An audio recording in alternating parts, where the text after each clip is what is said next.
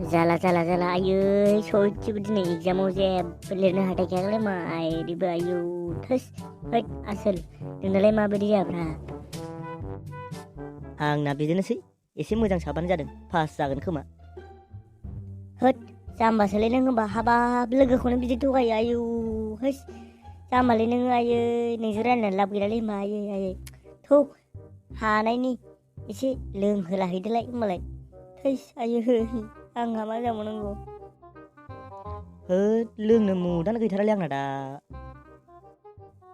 आदा फाग्ला होन नों लोङामालाय आं लोंगोन ना बिगुरलाय हानायखाय दुगा जादोंना नों बेथा लोगो थोगो जाजानाय नङालै बाल। हाब बिदि नङाब्रा नोंबोथ' फरायनांगौमोन ना आंहा एसे फरायबोखादों नालाय ओंखायनो मोजां जादों। मा फरायनो बेलाय बिगुर गावनावनो फन हरनानै सोंहरबाय थायो आं लेखा फरायबाय नामा होननानै गावहा आं फरायथ'वा दानो ओंखाम जादों मादों होनहरफ्लाबाय थायो।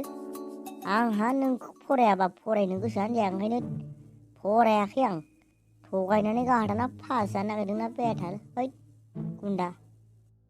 होद थ' होमबालाय 20 थाखा सोनिल' लोंगोनलै ओमफ्राय बैयाव लोंनोसै गोरानखौनो लोंगोन थ' सानासुर थाइबासोनि लांसै ओमफ्राय आरो माथोबाव गाबोन एग्जाम दंलै आंना बारा लोंजाया बिगुर।